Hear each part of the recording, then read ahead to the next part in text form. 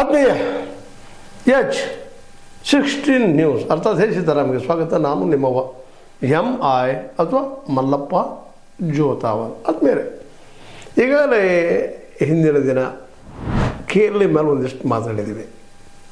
ಅದ್ರ ಕುರಿತಾಗಿ ಇನ್ನೊಂದಿಷ್ಟು ಮಾತಾಡುವಂಥದ್ದು. ಯಾಕಂದರೆ ಇವತ್ತು KLE ಕೇವಲ ಪ್ರಭಾಕರ್ ಕೋರಿ ಅವರ ಕಪಿಮುಷ್ಟಿಯಲ್ಲದ ಅನ್ನೋದು ಎಲ್ಲರಿಗೂ ಗೊತ್ತಿದ್ದಂಥ ವಿಷಯ. ಆಲ್ರೆಡಿ ನಮ್ಮ ಅನೇಕ ಪತ್ರಕರ್ತರು, ಪ್ರಾಮಾಣಿಕ ಪತ್ರಕರ್ತರು ಅದರ ಕುರಿತಾಗಿ ಸಾಕಷ್ಟು ವಿಡಿಯೋಗಳನ್ನು ಮಾಡಿ ಬಿಟ್ಟಿದ್ದಾರೆ.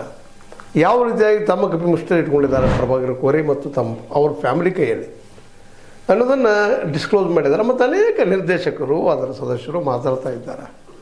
ಹೌದ್ರಿ, ಅವರಷ್ಟೇ ಯಾಕೆ ಅಂತೇಳಿ. ಸರಿ ಅದ, ಅದೇನು ತಪ್ಪಲ್ಲ. ಅವರಷ್ಟೇ ಯಾಕೆ, ಅವರೊಬ್ಬರು ಲಿಂಗಾಯತರ, ಉಳಿದವ್ರು ಲಿಂಗಾಯತರಲ್ವಾ? ಹೌದು, KLE Karnataka Lingayat education society ಇದು ಸೊಸೈಟಿದು ಕಾಮನ್ ಆಗಿ ರೂಲ್ಸ್ ಇದ್ದೇ ಇರ್ತದೆ. ಸೊಸೈಟಿ ರೂಲ್ಸ್ ಆ ಅಡಿಯಲ್ಲಿನ ಇದು ರಿಜಿಸ್ಟರ್ ಆಗೋದಂಥದ್ದು. ಅದರಲ್ಲೂ ಸಂವಿಧಾನಕ್ಕೆ ವಿರೋಧವಾಗಿ ಒಬ್ಬ ವ್ಯಕ್ತಿ ಸಂಸ್ಥಾನಾಗಿ ಮಾಡ್ಕೊಳ್ಳೋದು, ಇನ್ನು ಅವ್ರು ಖಾಸಗಿ ಮಾಡ್ಕೊಳ್ಳಿ, ಕಂಪ್ನಿ ಮಾಡ್ಕೊಂಡು ಮತ್ತೆ ಮಾಡ್ಕೊಳ್ಳಿ ಏನು ತಪ್ಪಿಲ್ಲ. ಆದರೂ ಸೊಸೈಟಿ ಮಾಡಿ ಅದನ್ನು ತನ್ನ ಸುಪರ್ದಿ ಇಟ್ಕೊಳ್ಳುವಂಥದ್ದು ಅದು ಒಂದು ರೀತಿ ತಪ್ಪಷ್ಟಲ್ಲ, ಅಪರಾಧ ಕ್ರಮ. ಆದರೆ ಇಲ್ಲಿ ನಾವು ಪ್ರಭಾಕರ್ ಕೋರಿ ಅವ್ರ ಬಗ್ಗೆ ಅಭ್ಯಾಸ ಮಾಡಿದಾಗ ಸಹಜವಾಗಿ ಹೌದು, ಸಪ್ತರ್ಷಿಗಳು ತ್ಯಾಗ ಮಾಡೇ ಅನೇಕರ ಹಿರಿಯರಿದೆ. ಅವ್ರ ಬಗ್ಗೆ ನಾವು ಎಷ್ಟು ಗೌರವ ಸಲ್ಲಿಸಿದ್ರು ಕಡಿಮೆ. ಸ್ವತಂತ್ರವಾದ ಮೀಡಿಯಾಗೆ ಬೇಕಾಗಿರುವುದು ಸ್ವತಂತ್ರ ಧ್ವನಿ. ಆ ಸ್ವತಂತ್ರ ಧ್ವನಿ ಉಳಿಸಲು ನೀವು ಮಾಡಬೇಕಾದದ್ದು ಇಷ್ಟೇ. ಅದೇನಪ್ಪಾ ಅಂತಂತಂದ್ರೆ ನಿಮ್ಮ ಕೈಲಾದಷ್ಟು ಸಹಾಯ ಈ ಚಾನಲ್ಗೆ ಮಾಡಿ ಹಾಗೂ ನಿಮ್ಮ ಧ್ವನಿಯನ್ನು ಕಾಪಾಡಿಕೊಳ್ಳಿ.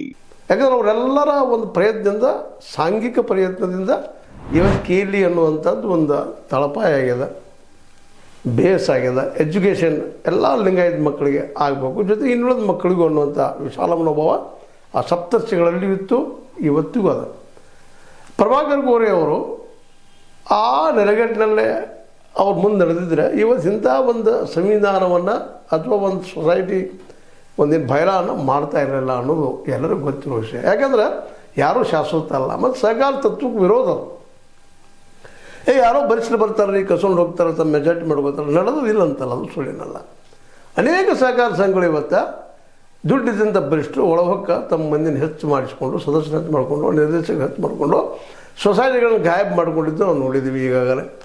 ಅಂಥ ಅನೇಕ ಇದೆ ಸಹಕಾರ ತತ್ವದ ಮೇಲೆ. ಇದು ಹಂಗೆ ಆಗಬಾರ್ದು ಅಂತ ಸದುದ್ದೇಶ ಇದೆ, ಅದನ್ನು ತಿಳ್ಕೊಳ್ಳೋಣ.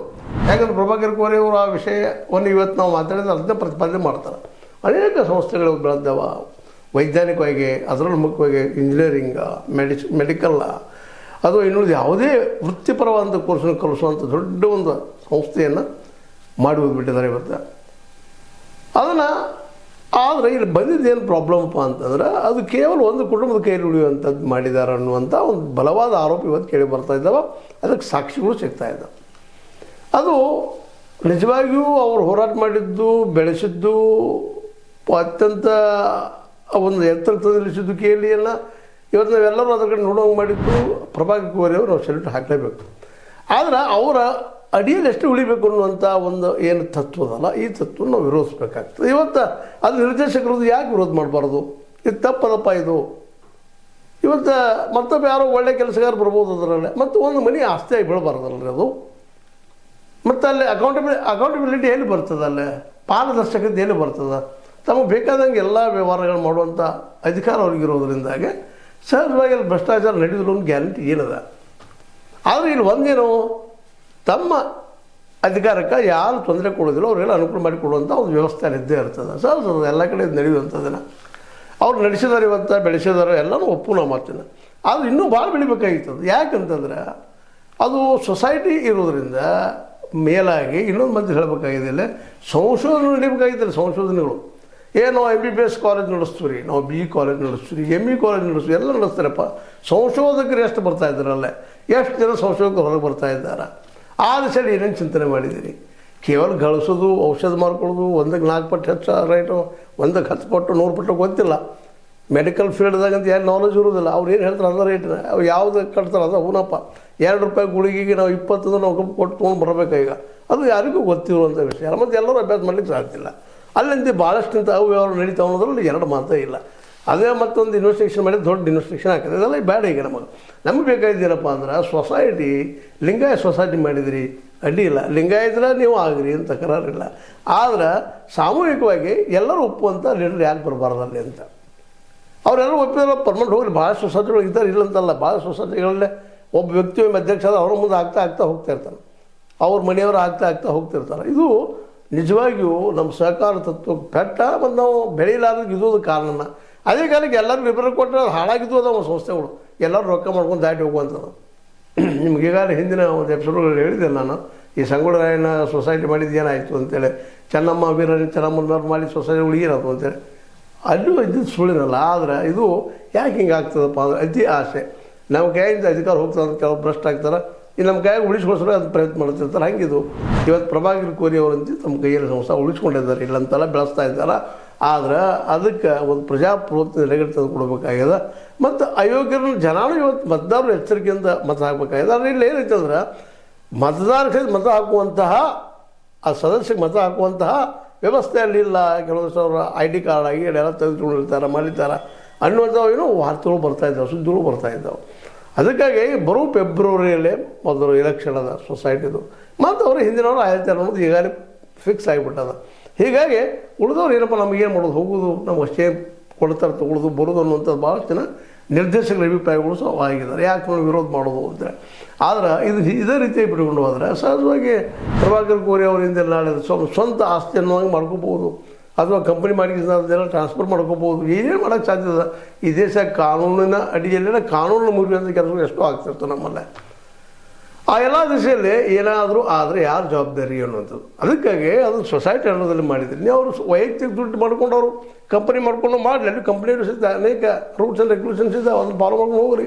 ಒಬ್ಬ ಕಾರ್ಪೊರೇಟರ್ ಆಗಲಿ, ಇಲ್ಲಂತಲ್ಲ ಈ ದೇಶದಲ್ಲಿ ಕಾರ್ಪೊರೇಟ್ಗಳು ಇವತ್ತು ಅರ್ಥ ಮಾಡ್ತಾ ಇದ್ದಾರೆ. ಕಂಪ್ನಿ ಕಟ್ಟೋದು, ಒಂದು 2 ವರ್ಷ ನಡೆಸಂಗೆ ಮಾಡೋದು, ಲಾಸ್ ತೋರಿಸೋದು, ಇದ್ದ ಆಸ್ತಿಯನ್ನು ಮಾರ್ಕೊಂಡ್ರೆ ಅವ್ರಿಗೆ ಅರ್ಧ, ಪಾರ್ಟಿ ಫಂಡ್ ಅರ್ಧ. ಇದನ್ನು ನಾವು ನೋಡ್ತಾ ಇದ್ದೀವಿ. ಅಂದ್ರೆ ನಮ್ಮ ದೇಶ ಅಭಿವೃದ್ಧಿ ಆಗಬೇಕಾಗಿದೆ ಶಿಕ್ಷಣ ಕ್ಷೇತ್ರದಾಗ. ಅದನ್ನು ಒಳ್ಳೆ ಕೆಲಸ ಮಾಡ್ತಾ ಇದ್ದಾರೆ. MBBS BE ಸೀಟ್ ಸಿಗ್ತವೆ, ಅದು ಯಾರಿಗೆ? ದುಡ್ಡು ಕೊಟ್ಟವ್ರಿಗೆ. ಕೇವಲ ಮೆರಿಟ್ ಮೇಲನ ಎಷ್ಟು ಮಂದಿ ಕೊಡ್ತಾರೆ ಅನ್ನೋದು ಇವತ್ತು ಸಮಸ್ಯೆ ಅದ. ಯಾಕೆ ಕೊಡ್ಲಿಕ್ಕೆ ಸಾಧ್ಯನೇ ಇಲ್ಲ ಅನ್ನುವಂಥ ಮಾತು ನಡಿಬೇಕಲ್ರಿ ಅದು ಅಂತ ಹೇಳ್ತಾರೆ. ಅದು ನಡಿಬೇಕಾದ ದುಡ್ಡು ನಾವು ತೊಗೊಳ್ಳೇಬೇಕಾಗ್ತದೆ ಅಂತ ಹೇಳ್ತಾರೆ. ಅದು ಗೌರ್ಮೆಂಟ್ ನಮಗೇನು ಕೊಡೋದಿಲ್ಲ, ನಾವು ತೊಗೊಳ್ತೀವಿ. ಆದರೂ ಗೌರ್ಮೆಂಟ್ ಏನು ಸಹಕಾರ ತೊಗೊಳ್ತಿರ್ತಾರೆ. ಈಗ ಇಲ್ಲಿವರೆಗೆ ಗೌರ್ಮೆಂಟಿಂದ ಸಹಕಾರ ತೊಗೊಂಡಿಲ್ವ ಇವರು KLE ಅವರು?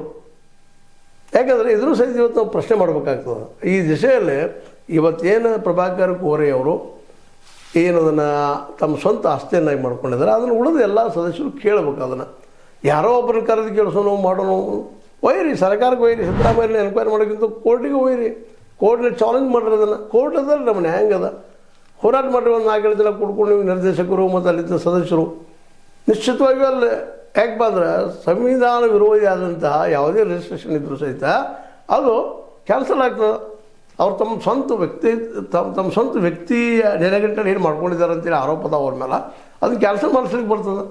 ಆದರೆ ನೀವು ಎಲ್ಲ ಗಟ್ಟಿಯಾಗಿ ಪ್ರಶ್ನೆ ಮಾಡ್ಬೇಕು. ಅದನ್ನು ಪ್ರಶ್ನೆ ಮಾಡೋದು ಬಿಟ್ಟು ಏನು ಲಿಂಗಾಯತರಲ್ರಿ ಬಟ್ ಇನ್ನುಳಿದವ್ರಲ್ರಿ ಎಲ್ಲ ಪ್ರಶ್ನೆ ಮಾಡಿರಿ, ಅದು ಸಾರ್ವಜನಿಕಗೊಳಿಸ್ರಿ, ಮತ್ತು ಎಲ್ಲರೂ ಪ್ರಾಮಾಣಿಕವಾಗಿ ವರ್ಕ್ ಮಾಡಿರಿ. ಆ ದುಡ್ಡು ಬಂದಿದ್ದು ದುಡ್ಡು ಅದಕ್ಕೆ ಹಾಕಿರಿ. ಜೊತೆಗೆ ನಮ್ಮಲ್ಲೇ ಸಂಶೋಧನೆ ನಡೀರಿ, ಮೆಡಿಕಲ್ ಫೀಲ್ಡ್ದಾಗಲಿ ಇಂಜಿನಿಯರಿಂಗ್ ಫೀಲ್ಡ್ದಾಗಲಿ ಸಂಶೋಧನೆ ನಡೆಯುವಂಥ ಕೆಲಸ. ಯಾಕಂದರೆ ಯಾವುದೋ ಒಂದು ರೀತಿ ಪ್ರೈವೇಟ್ ಕಂಪ್ನಿನ ಆದಂಗೆ ಆಗ್ಯದ. ಸೊಸೈಟಿ ಹೆಸರೊಳಗೆ ಗಂಟು ಸೊಸೈಟಿ ಅಂಟದಾಗ ಇರಬೇಕು ಅದು.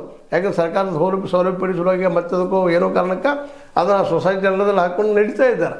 ಆದರೆ ಸರ್ಕಾರ ಸವಲತ್ತು ತೊಗೊಂಡಾಗ ಮತ್ತು ಸರ್ಕಾರ ಸವಲತ್ತು ಕೊಡೋ ಮುಂದೆ ಅಲ್ಲೂ ಕಮಿಷನ್ ಹೊಡಿತಾರೆ ಅನ್ನೋ ಆರೋಪಗಳಿದ್ದಾವೆ, ಆ ಮಾತು ಬೇರೆ.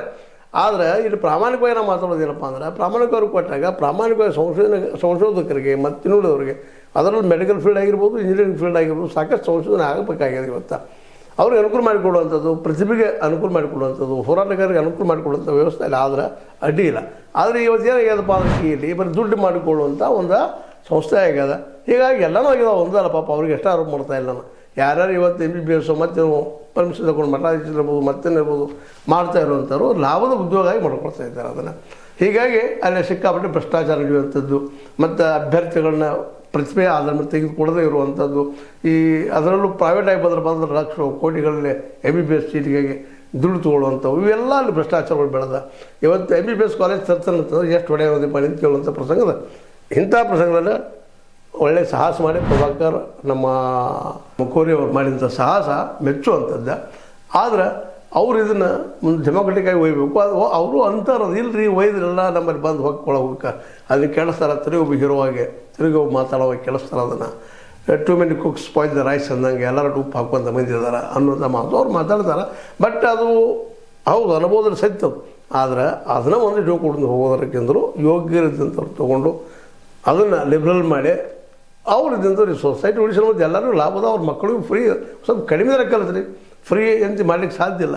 ಅಥವಾ ಕಡಿಮೆ ಪೇಮೆಂಟ್ ತೊಗೊಂಡು ಕಲಿಸುವಂಥ ಸಾಧ್ಯತೆಗಳು ಲಿಂಗಾಯತ ಮಕ್ಕಳಿಗೆ ಆಯ್ತು, ಇನ್ನುಳಿದ ಮಕ್ಕಳಿಗೆ ಆಯ್ತು, ಪ್ರತಿಭಾವಂತ ಮಕ್ಕಳಿಗೆ, ಸಂಶೋಧಕ ಮಕ್ಕಳಿಗೆ ಮಾಡೋದ್ರಿಂದ ಇನ್ನೂ ಹೆಚ್ಚು ಬೆಳೀತದೆ. ಆ ಎಲ್ಲ ದಿಶೆಯಲ್ಲಿ ಇಲ್ಲಿ ಮೊದಲು ಬಾಡಿ ಸರಿ ಆಗಬೇಕಾದ ಬಾಡಿ ಮಾತ್ರ ಇವತ್ತು ಕೇವಲ ಪ್ರಭಾಕರ್ ಕೋರೆ ಅವ್ರ ಬಾಡಿ ಒಂದು ಅಲ್ಲಿ ಅದ. ಉಳಿದವ್ರ ಬಾಡಿಗಳು ಬಂದ್ರಷ್ಟ ಹೋದ್ರಷ್ಟ ಅನ್ನೋಂಗದ. ನಮಗೆ ವೋಟ್ ಹಾಕಿದೆವು ಬಂದಿವಪ್ಪ ಅಂತೇಳಿ. ಯಾಕಂದ್ರೆ ಇಲ್ಲಿವರೆಗೆ ಎಲ್ಲ ಸೊಸೈಟಿ ಅರ್ಧ ಮಾಡ್ತಾರೆ.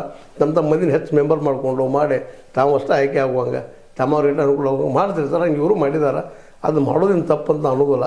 ಆದರೆ ಅದೇ ಕಾಲಕ್ಕೆ ಇನ್ನುಳಿದ ಪ್ರತಿಭಾವಂತ ಮಕ್ಕಳಿಗೂ ಒಂದಿಷ್ಟು ಅವಕಾಶ ಸಿಗುವಂಥ ವ್ಯವಸ್ಥೆ ಆಗಬೇಕು.